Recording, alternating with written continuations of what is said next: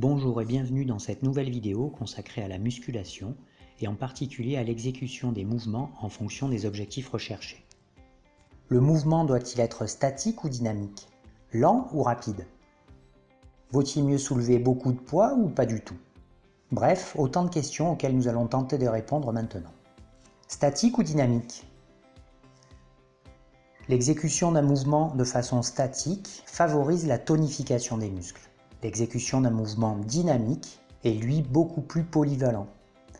Selon le temps de travail, la charge que l'on va utiliser et le temps de récupération, on va pouvoir travailler des objectifs de brûlage des graisses, de tonification, de puissance, de force ou de volume. Le mouvement doit-il être lent ou rapide?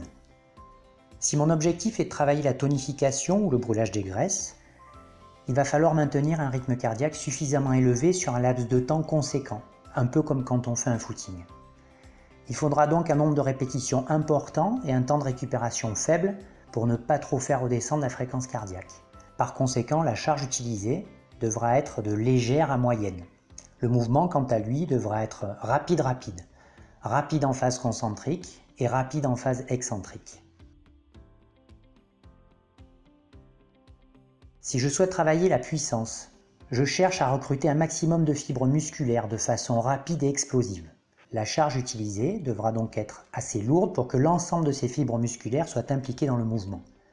La charge étant plus importante que pour travailler en tonification, il faudra réduire le nombre de répétitions et augmenter le temps de récupération de façon à laisser aux muscles le temps de se régénérer. Le mouvement devra être rapide-moyen, rapide en phase concentrique et moyen en phase excentrique. En ce qui concerne le volume, pour que le muscle grossisse, il faut le fatiguer en profondeur et le mobiliser de façon durable. La charge devra donc être lourde et les mouvements d'exécution lents. Lent en phase concentrique et lent en phase excentrique. Moyen en phase concentrique et moyen en phase excentrique. Ou moyen en phase concentrique et lent en phase excentrique.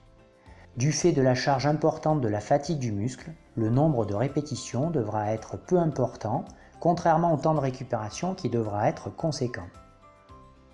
La force. La force est directement liée à la charge soulevée. C'est un travail très technique qui peut s'avérer dangereux si les mouvements sont mal exécutés. Nous approchons des charges maximales envisageables. Les temps de récupération doivent être encore plus longs alors que le nombre de répétitions diminue encore. Enfin, doit-on soulever une charge importante ou pas? Pour tenter de faire simple, si on considère que notre 100% c'est soit la charge maximale que nous sommes capables de soulever, soit le temps maximal durant lequel nous sommes capables de maintenir une position, soit le nombre maximal de répétitions que nous sommes capables d'exécuter, je devrais alors travailler à 50% de ce maximum si je souhaite brûler des graisses, 60% de ce maximum si je souhaite tonifier mon corps, 70% de ce maximum pour gagner en puissance, 80% de ce maximum pour augmenter le volume de mes muscles et 90% de ce maximum pour optimiser ma force. Mais attention, comme nous avons pu le voir précédemment, la charge seule ne suffit pas à atteindre un objectif particulier. C'est bien de la coordination entre les différents facteurs intervenant dans la contraction musculaire que dépendra l'atteinte d'un objectif souhaité. Charge, nombre de répétitions, nombre de séries, temps de récupération et rythme d'exécution du mouvement. Voilà, vous en savez un petit peu plus. Merci de votre attention et à très bientôt pour un prochain tuto.